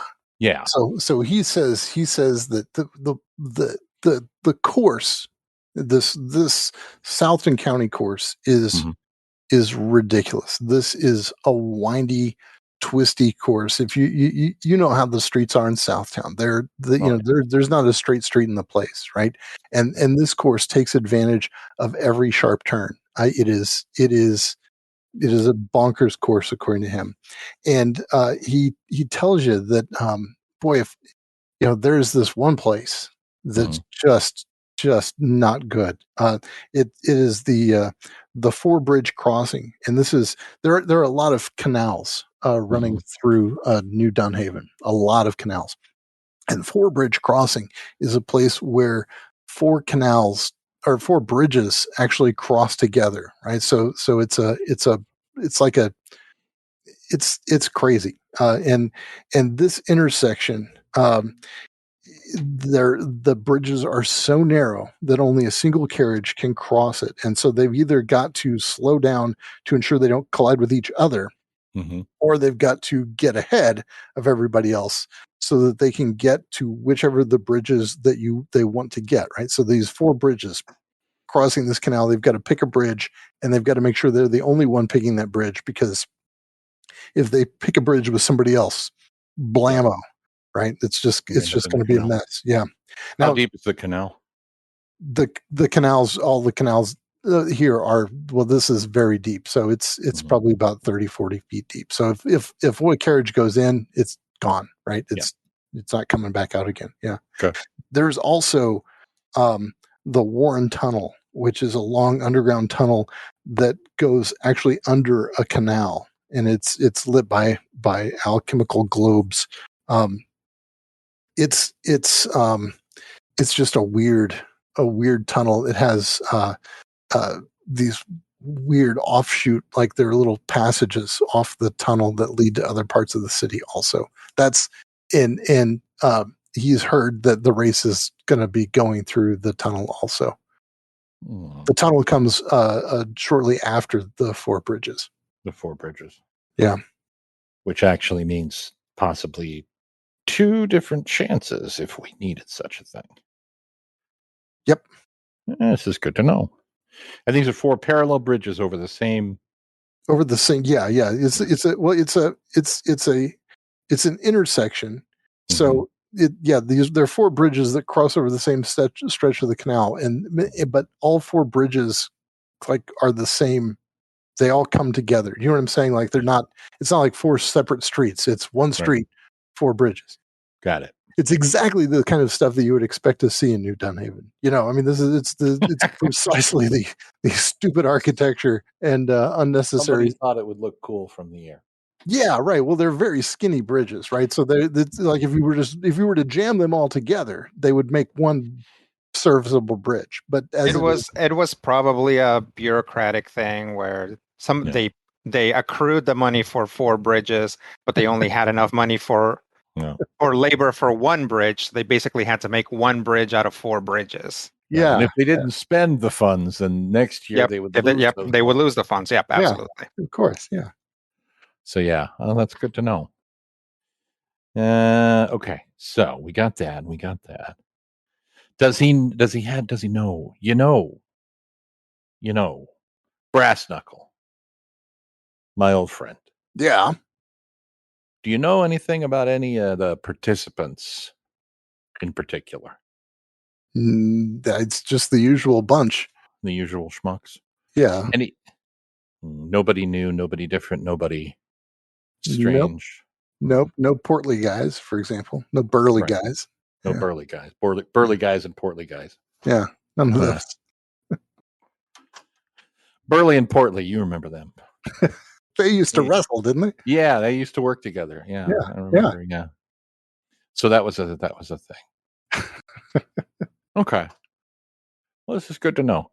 And then the basic layout, and we have kind of an idea of how the whole circuit goes, and these are probably if, for instance, I needed to, a scene or 2 down the road, pull something out of the sky that says this is where this part of the circuit is going to go, I can do that based on this information now. Yeah, you've got a pretty good mental map of what's going on here. Yeah. Excellent. I'm going to ask him if he's got any blue shells for sale. Yeah, got plenty. I hear those are very, very useful in these kind of races. Also, these bananas. Have you seen bananas? That's important in the 3rd act. It's Chekhov's banana. Potassium is important. Okay. I feel like it's a really weird world where Steven chewed more scenery than me, but I think that's my nature. There you go. Character. Yeah, I would say that if we have what we need, I'll tell him to call me on Thursday. We'll do something. All right, we'll do indeed. All right, who's next? Rob, Brian, what do we got? Well, my job was to find a corpse that looks like Juniper. Okay. but I can do that just by spending an influence if necessary. Mm-hmm. As that's one of the Gravedigger things, but my legwork is going to be going around basically from mortuary to mortuary, places that we own to actively find said corpse, making sure anything that comes in that looks similar can be inspected and checked out so I can find the best one. Okay. All right. Any that aren't quite dead, you can like bludgeon them. Don't bludgeon. That's your job. So I think you would probably have to find a description.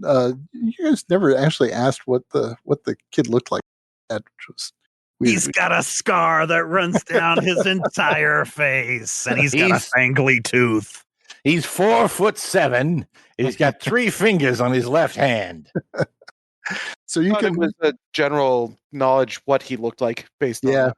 You can at least, at the very least, find out from Oberon, who spent quite a bit of time with the kid, right? He's got a tattoo of Ethel Merman. He does not.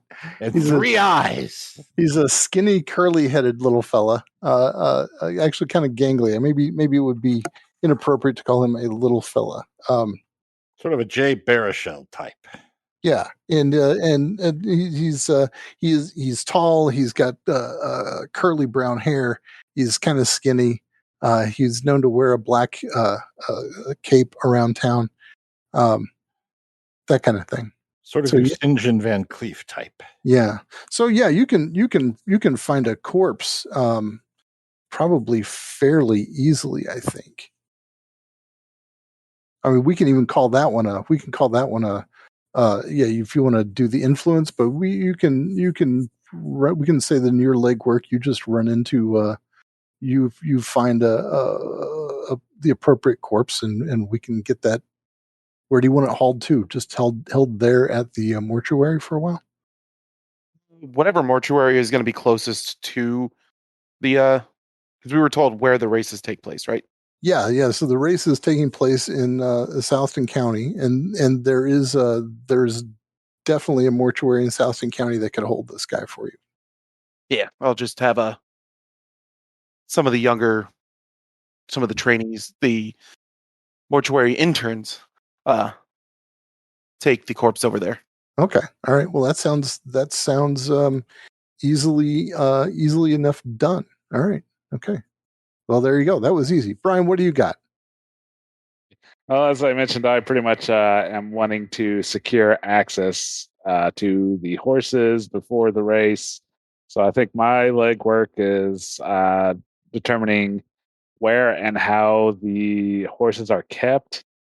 If there's somewhere where they'd have like general stable people who I could perhaps disguise myself as and blend in and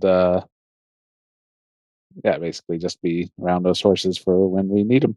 Okay, where do you want to go to find this information? I figure I'd go to the district where the race is to see if the horses are there already, or basically just kind of chase out from there. Okay, so go to maybe the biggest stable in Southtown. Yeah, there you go. Okay, I'll talk to stable boy there, somewhat simple lad, Waggins. Okay. And just kind of watch him and chat him up, and I was like, races are happening soon. That's pretty exciting, right? Races? I don't know anything about races, sir. What kind of skill do you want to use, Brian? Do you want to I don't know. How do you want to find this out from him? Do you want to do the gossip with criminals also, or do you have a different way to? Sure. I might want to juice that up. So, but I could spend some luck and make it a 75. Well, you don't have to. So after you roll, when you roll and fail, then you can. If it's with him. You can push your luck by spending in it, and it goes in increments of 10. So you can spend 10 luck points, and you can spend another 10 luck points and another 10 luck points over and over again until you get it up to the place where, or down to the place where it needs to be. Yeah. All right. So gossip with criminal, huh? All right. So give me a roll and let's see what you get with this kid. Not one of my strongest skills, but we'll see how this goes. Well, 32. That's not bad. 32. That's good enough. So you know this fellow, right? I mean, he knows you. Yeah, I'd say. He probably would he know me? Sure, I'd say I probably let myself known. There's probably been instances where riding along a horse may be handy. So Brian, the God, what is your faction called? I keep forgetting the names of the factions. He's in the Wardens of the Night. Yeah, so the Wardens of the Night, like a big part of them is that they're like either former nobles or city officials or people that have been like screwed over by the nobility. Mm-hmm. So like you probably have contacts who maybe even still have horses in these stables. They're just like unable to access them or whatever. So, back like bribes and stuff like that to keep their horses okay while they're like exiled to Sherwood, that kind of thing is something that could happen here. Fair. Okay. Yeah. So I'll just try that. Yeah. I'll just, so you would know that Wagons is a he's not necessarily totally on the up and up, right? I mean, so you're gossiping with a criminal and he knows maybe that you're a criminal also, right? He's probably helped put in a fix or two on some races. Yeah. Maybe put a little pressure on him. And he says, look, we're not supposed to talk about the races. I don't know if you know this, but you know Rufus Tweed? Yeah. Yeah, the captain of the watch. He is all over us. He apparently has got wind that Southtown is going to be where the race is held tomorrow night. And so Rufus Tweed is just he's trying to find out anything he can to shut us down. So we're not supposed to talk about this, and we're not keeping the horses here, not here. That sounds smart. That's good. I mean, if one were need to find these horses, the thing is, I've kind of been in the outs recently. I've to make a little extra scratch, and I've heard that you're the one that knows a little something about how races may go. Yeah. Well, I mean, are you looking for work? Is that what you're saying? Perhaps. Well, okay. So, all right, I'll tell you this.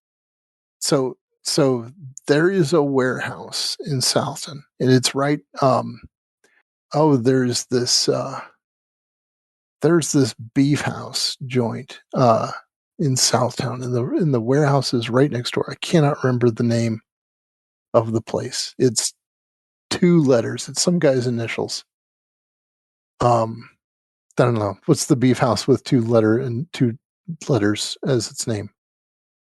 Hang on a second. Arby's. Arby's. Yeah. Arby's. Yes. Oh, I get it now. I get it now. I got it 5 minutes ago. There's a warehouse next to Arby's. You're a bad person, and you are the worst, Brad.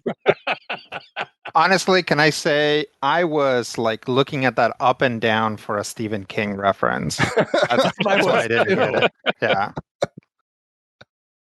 It's like if his name had been Ray Bachman, R-E-Y.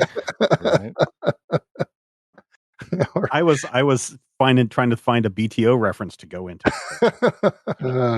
You guys. Anyway, so there's this warehouse next to that beef place, right? And we've converted it into a stable. Now the horses aren't there yet. They're probably going to get in. Usually they have the horses brought in tomorrow. You know what I'm saying? Like the day of, and then we'll just take them there. And these guys have their own groomers, so you're not going to get work as a groomer. There's no way. But I don't know. I mean, if you're desperate, if you're hard up, you could maybe. Do you know? Do you know Polly? She used to work here for a while, but we had to let her go. But do you know Polly? Yeah, I've known her. Okay, so I think she's the one who's running the stable. You could get a job sweeping up or something. Probably. You're not going to make much, but if you're looking for work, you could probably get something from Polly if you ask her, right? Okay. You know this place I'm talking about, though, right? This RB's place, right? Yeah. I believe I can find it. Okay. All right. So it's the warehouse just right next to it. Sounds good. Thank you. All right. Good seeing you again, by the way. Yeah, no problem. Yeah. Keep your nose to the grindstone and all that. And yeah, you be careful what to watch there. The grindstone. Yeah. What? That's gross. Well, it's an expression. Okay. That's a gross expression. All right. Okay. Thanks, man. See you around. Good luck with that. All right. Yeah. All right. And think I'll slink off. And I'll say that may be worth the heat because I went for a direct route and I'm conspicuous in all districts. you're like the sore thumb. So okay. Yeah. Right. I'm supposed to sneak and disguise and stuff, but all right. I got the info. Yep. All right. Heat level is at 7. No, the heat pool is at 7. It's not the heat level. The heat pool is at 7. All right. So you've got another. It's now the night session, and then you've got a day session, and then you've got the night when the race is actually taking place. How do you want to spend this night session? We should. I think we got most of the stuff we're going to need, so we should probably plan, then spend the day putting plans into motion, and then try to pull it off at night, right? Yep. Yeah. Okay, so let's do that. Okay, so your planning session, I'm going to give you an actual 15-minute real-time timer. And so we're gathered at the at Don Vega's place. Yeah, what's it like? What's Don Vega's place like? It's nice. It's kind of a wide single floor, Italian type restaurant. There's a couple of nice booths, and of course, Don Panfilo has his own booth. And he's just sitting there talking to his some of his underlings, who he shoos away as soon as these guys start to show up. All right. Yeah, Oberon is now dressed in casual wear. Still doesn't look really much like the previous 2 incarnations of him. Okay. Don Vega looks like Bull Rush. Don Vega, we return to you with word. All right.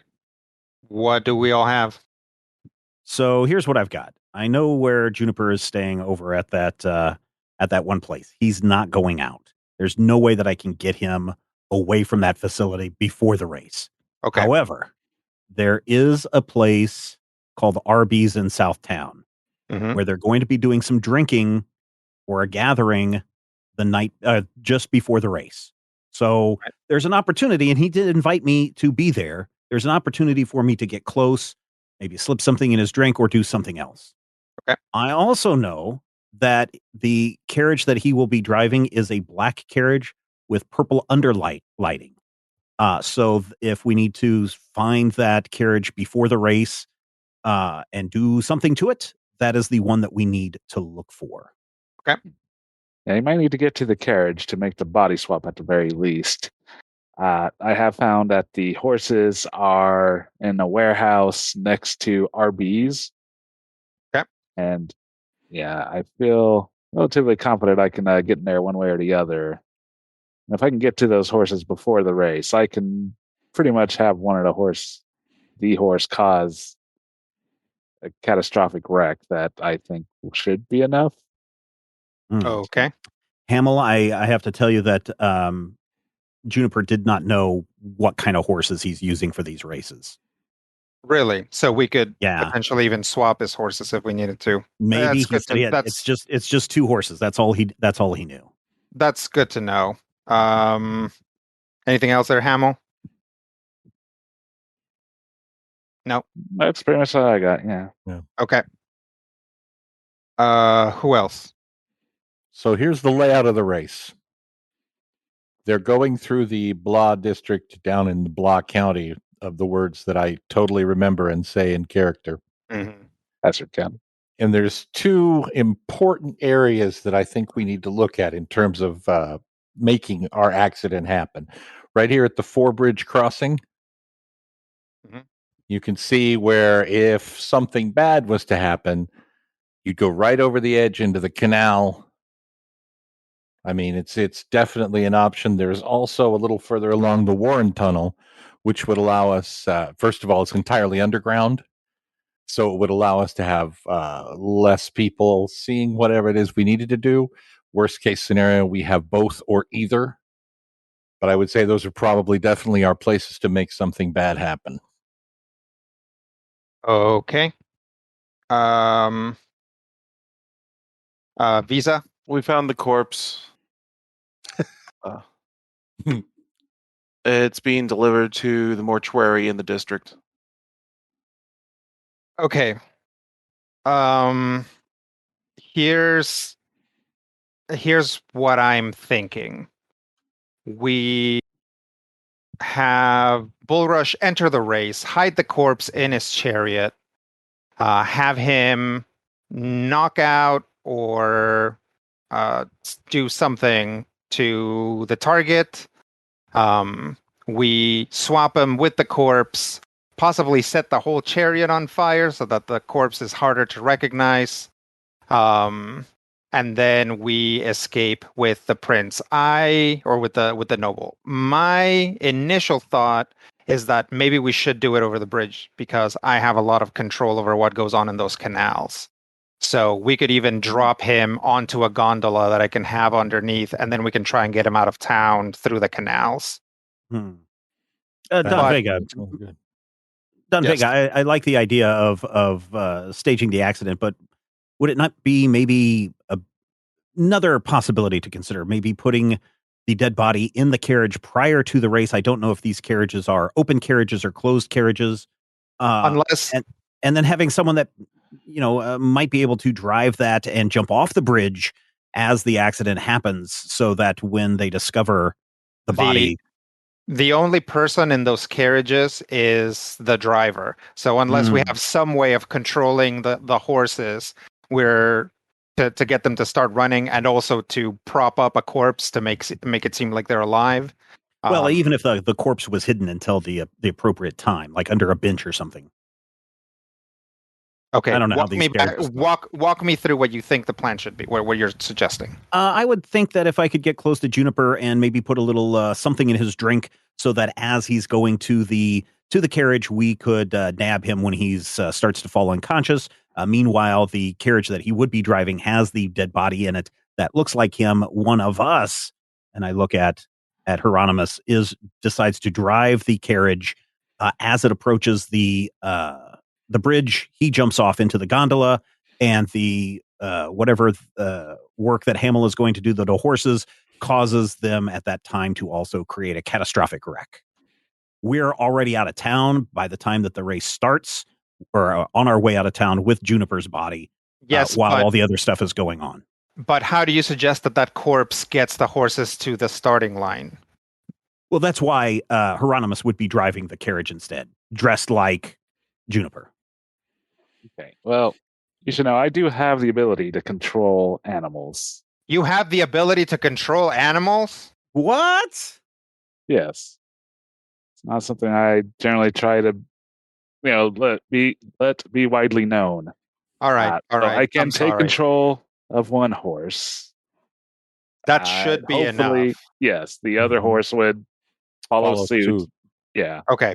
We can do this then if we have a convincing way of making it look like the target is going up to the starting line. So either somebody needs to dress up as them and have the corpse stashed away, or we need to make it look like that corpse is driving. I'll look at these. Can you rig up a corpse to make it look like it's driving? I can make it look lively. Okay. All right. Since this is going to be the weirder explanation, let's go with that. Nobody's going to suspect that we rigged up a corpse to do that. And there's more chance of a corpse passing for a kid than me. Okay. So here's what we need to do. We need to be able to have access to the target, which Oberon says he has. We need to be able to get Hamill to the horses, right? You say that you also have access to that? And when I am controlling the animals, I am out of commission. So if someone can also be able to extract me from the situation, that'd be greatly appreciated. Okay. I will take care of that. Let's enter Bull Rush into the race anyway, so that we have somebody else there, just to make sure that things go right. Make sure that exactly.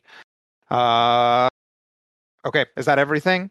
I will line up a way to get him out of town. Do we want to do it over the bridge, or do we want to do it in the tunnel? I think the bridge.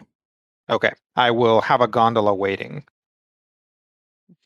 Yeah, because if we're not trying to hide his presence, if we're trying to make it look like he's actually in there, then having the accident be entirely visible to everybody, I think is a better idea. Okay. All right. Meanwhile, as I pull out my bottle of Professor O's, I'll make sure he's very willing to go with me before the race starts. Is that still 90% alcohol? And then some. I'll look over at Visa. Please, I can do better. Oversee that. Visa, you're in charge of whatever Oberon ends up slipping him. Okay. Yeah. Do we need anything inconspicuous to get out of town? That would be best. The gondolas can only go as far as the channels get them. So, if we are going to get him, where do you want me to have them first meet you? I'll give you the location. Wardens are known to help people get out of the city, and so if you need me to call in some favors, that is an option as well. Will have your people standing by if you can. My guess is this plan is not going to... spend the influence, he says, out of character. Okay. All right. So, yes, I will extract you from the stables once we think that things have gone through. The two of us can just go on our way, and then it'll be up to... really, it'd probably be up to Visa and hers to get him all the way to the or get him outside of the city proper. Actually, Hamill, can we have just some location out in the forest where we can hold him up for a day? I mean, I could also hide him out in one of the reserves if need be. I mean, his father said he's not very cooperative, so that might be a challenge. He just has to be... It won't be a challenge. Okay. All right. Good enough. All right. Is that everything? Sounds like a plan. You got 3 minutes left, or just under 3 minutes if you need it. Okay. I will say, all right. That's pretty much everything, but I'll put a hand on Oberon's shoulder. Which slipping technique are you using? Are you using a flick or a holdover tuck? Oh, this will be the Passover handover. Okay. Show me real quick. And I hand Don Vega a drink. Okay. Here you go, sir. Okay. So here's what I'm going to recommend. You take this. You didn't even see me pour it in. Here's what I'm going to recommend, because it's almost perfect. See, take a pin, run it through your sleeve like this, and then that'll prevent any of the fabric from even moving. Mm-hmm. Very good. All right. We'll see everyone tomorrow. Make preparations throughout the day, and it'll be go time at night. All right. Sounds like a plan's been made there, Brad. I think we're going to break it right there. And we're going to come back next time, everybody, to see if this plan works or if it all falls apart. On Critical Hit. Thank you so much for checking out Critical Hit this week. We'll be back next week to see how this all goes. Until then, here's hoping all of your dice rolls are below their skill percentage level or their critical hits. Either way. I don't know.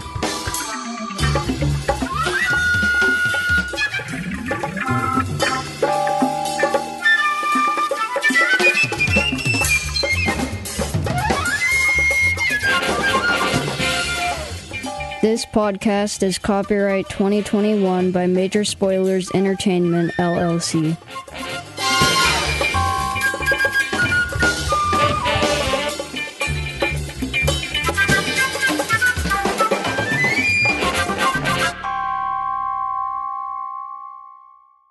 Your child has so much potential, but your local schools may not be right for them. Check out K-12. K-12-powered schools are accredited tuition-free online public schools for students in kindergarten through 12th grade. This is not your typical homeschooling. With state-certified teachers specially trained to teach online, your child will learn at their speed, at home, with innovative, engaging technology. Join the more than 3 million families who have chosen K-12. Go to k12.com/podcast today to learn more. That's k12.com/podcast.